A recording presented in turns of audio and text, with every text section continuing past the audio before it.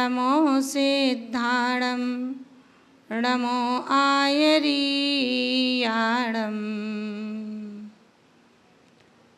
नमो वज्रायाणं नमो लोय सवसाहूणं नमो लोय सवसाहूणं गणनी गुरु माँ विशुद्धिमती जी दर्श विशुद्धि भर दो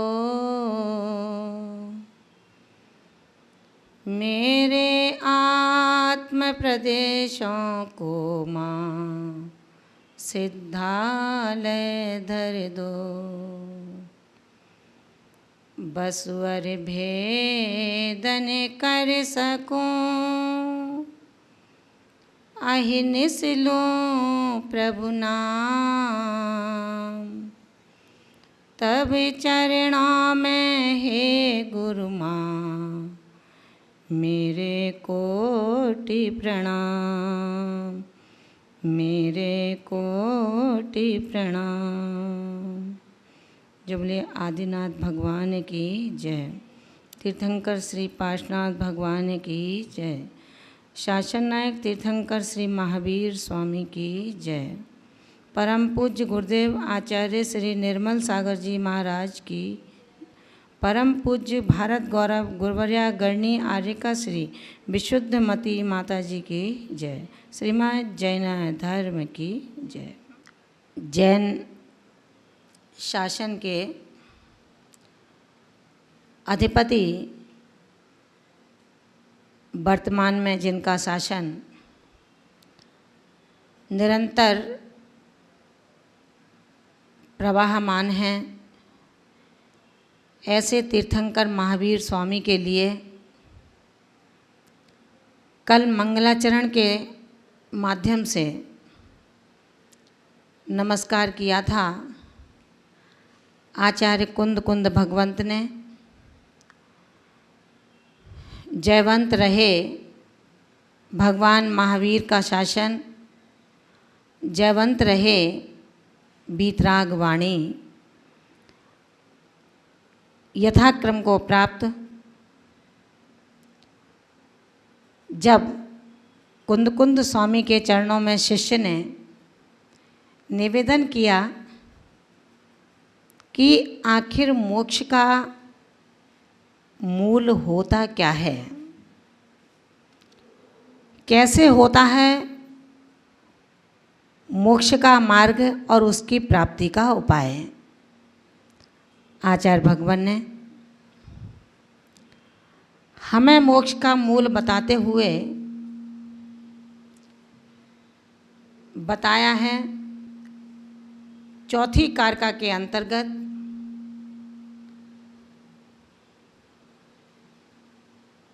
जहाँ पर कल ये बताया था कि मत ज्ञान श्रुति ज्ञान के बल पर जो स्वच्छंद होकर के बोलता है वो सम्यक ज्ञानी नहीं, वो सम्यक दृष्टि नहीं, वो तो कुदृष्टि है, यानी कि मिथ्या दृष्टि है। हे भव्यात्मन, हमेशा ये ध्यान रखना है कि क्या बोलना है, कैसे बोलना है, कब बोलना है, किससे बोलना है। एक ज्ञानी आत्मा जब उद्यम करता है बोलने का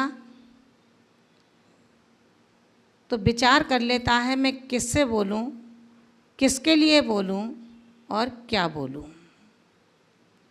आचार्य भगवंत आज कहते हैं कि सही मायने में यदि समझना चाहते हो कि मोक्ष का मूल क्या है तो हम समझें इस चौथी कारका के माध्यम से। सम्मतिरयण सारम मोक्ष महारुख मूल मिद भणिदम जम जाने जदिणिच्छे बबहार सरूवदो भेयम। आचार्य भगवान ने कहा है, मोक्ष का महामूल क्या है? मोक्ष महा रुक्ष मूलम। मोक्ष रूपी महारुक्ष माने वृक्ष का मूल सम्मत रयण सारम। सम्यक्त रत्न का रत्न ही सारभूत है। यदि माने ऐसा भणिदम कहा गया है। तम माने वह सम्यक्त कैसा है? व्यवहार निश्चय स्वरूपदयो, वो व्यवहार और निश्चय रूप से दो भेयम भेद वाला जाने यदि जानना चाहिए। क्या कहा? जो मोक्ष रूपी महावृक्ष का मूल है वो सम्यक्त रत्न ही सारभूत है। यदि माने ऐसा भणिदम कहा गया है। तम माने वह निश्चय और व्यवहार के भेद से दो भेद वाला जान यदि जानना चाहिए। विचार ये करना है कि दो भेद वाले सम्यक दर्शन की जो आचार्य भगवान चर्चा करते हैं रयणसार ग्रंथराज के अंतर्गत, सम्यक दर्शन का स्वरूप क्या है? क्या सम्यक दर्शन बाजार के क्रय विक्रय की वस्तु है? क्या सम्यक दर्शन किसी मित्र से उधार लेने की वस्तु है? क्या सम्यक दर्शन मुझे मेरे गुरु दे सकते हैं? क्या सम्यक दर्शन मित्र के द्वारा प्रदान किया जा सकता है? आचार्य भगवान कहते हैं कि गुरु मार्ग बता सकते हैं। सम्यक दर्शन कैसे प्राप्त हो इसका ज्ञान दे सकते हैं। मित्र यदि सच्चा मित्र है तो तुझे गर्त में गिरने से रोक सकता है। लेकिन सम्यक दर्शन प्राप्ति की जो बात है वो तुझको तो स्वयं अपने परिणामों की विशुद्धि के माध्यम से ही प्राप्त हो सकता है। कैसे होने चाहिए परिणाम?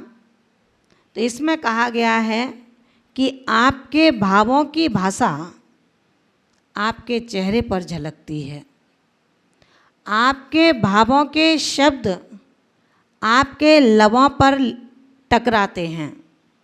आप क्या सोचते हैं, जो सोचा है बस वही आपके चेहरे पर स्वयमेव झलकने लगता है। इसलिए ये पूछने की आवश्यकता नहीं है कि आपके भाव और आपकी भाषा आपके स्वभाव के परिणमन का स्वयं बोध करा देती है। विचार ये करना है, अब हम जिस भाषा का प्रयोग करें, हमें कौन सी भाषा बोलनी है, कैसी भाषा बोलनी है और किसके साथ किस भाषा का हमें प्रयोग करना है। आचार्य भगवान कहते हैं कि रे जिज्ञासु आत्मन, बस थोड़ा सा ये विचार करना ही श्रेष्ठ है कि हम जिन भाषा का उपयोग अपने प्रतिदिन मित्र से करते हैं, अपनी माता पिता से करते हैं, जिन्होंने हमें इस पुद्गल देह के जन्म का श्रेय प्राप्त किया है, वो भाषा कभी अपने गुरु से मत करना।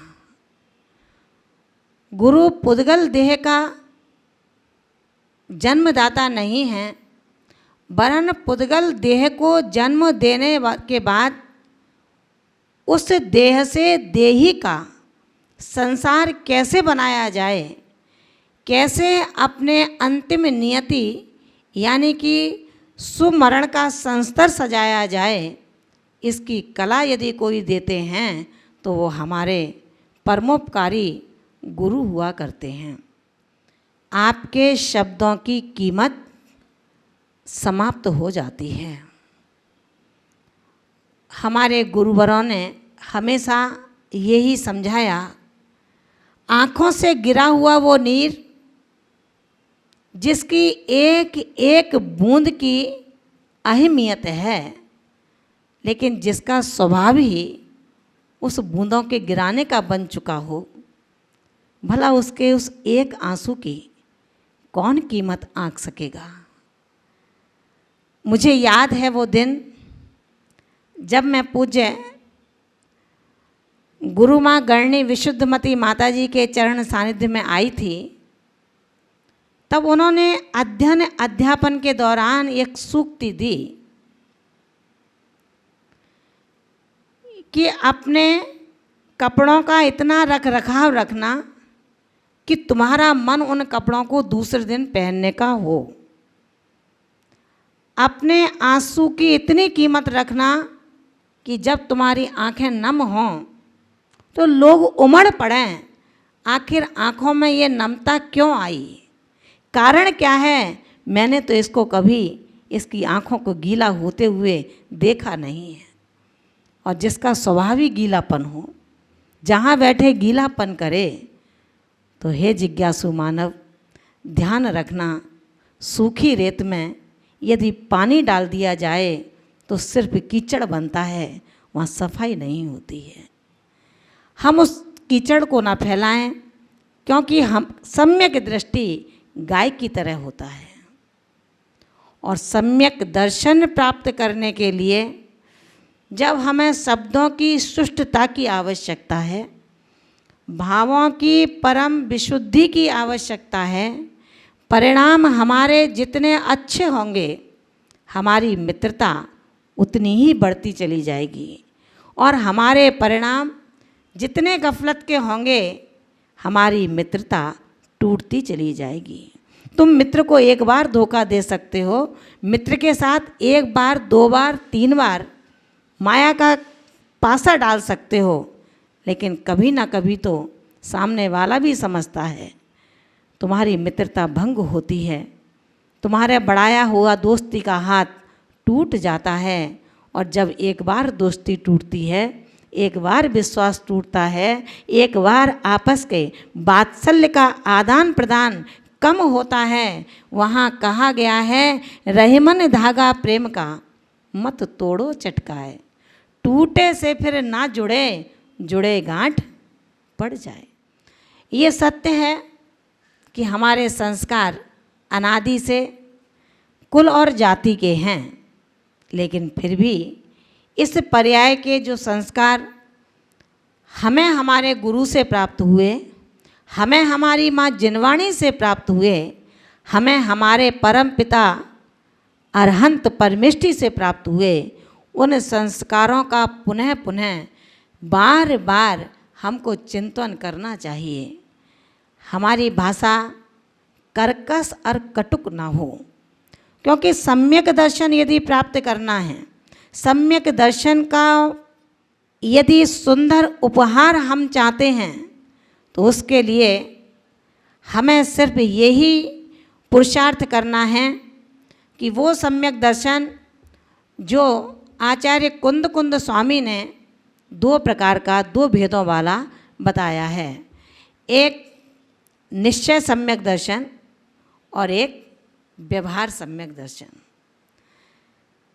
निश्चय सम्यक दर्शन और व्यवहार सम्यक दर्शन दोनों ही प्रथम सोपान हैं इसके लिए मोक्ष रूपी मंजिल को प्राप्त करने के लिए।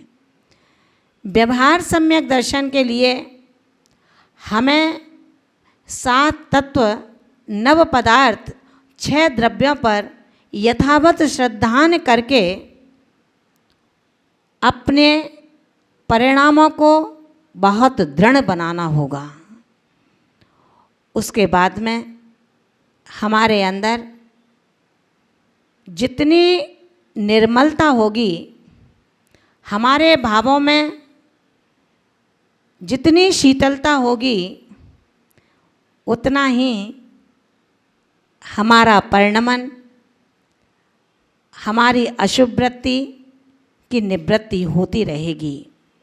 कहा जाता है भट्टी की अग्नि दृष्टि के अगोचर है, दिखाई नहीं देती भट्टी में कितनी अग्नि है, लेकिन उसकी उष्णता से ये पता चल जाता है कि इस भट्टी के अंदर कितनी ईंधन है, कितना ईंधन है जिससे ये भट्टी इतनी तप्तायमान है, उसमें कितनी ज्वाला है। इसी प्रकार जिसकी भाषा कठोर है, कर्कश है, अपने आप विचार कर लिया जाए कि जिसकी भाषा कठोर है उसके भाव कैसे सरल हो सकते हैं, जिसकी भाषा तीखी है उसके भाव कैसे मीठे हो सकते हैं।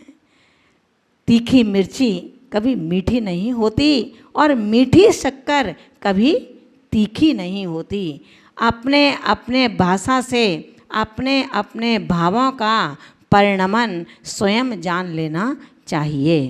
भाषा के अंदर जब माधुर्य होता है, ओज होता है, मित्रता का भाव होता है, तो वो भाषा, वो वाणी वाण नहीं वीणा बन जाती है। और जो वीणा होती है वो वीणा सबके दिल को लुभाने का काम करती है।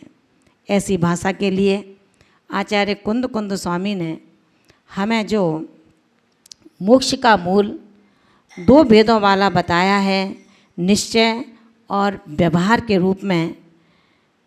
महानुभावों, हम सभी निश्चय और व्यवहार के इस सम्यक दर्शन को अगले दिन निश्चित रूप से सुनने का पुरुषार्थ करेंगे, मन बनाएंगे और चित्त की एकाग्रता को एक जगह केंद्रित रखेंगे।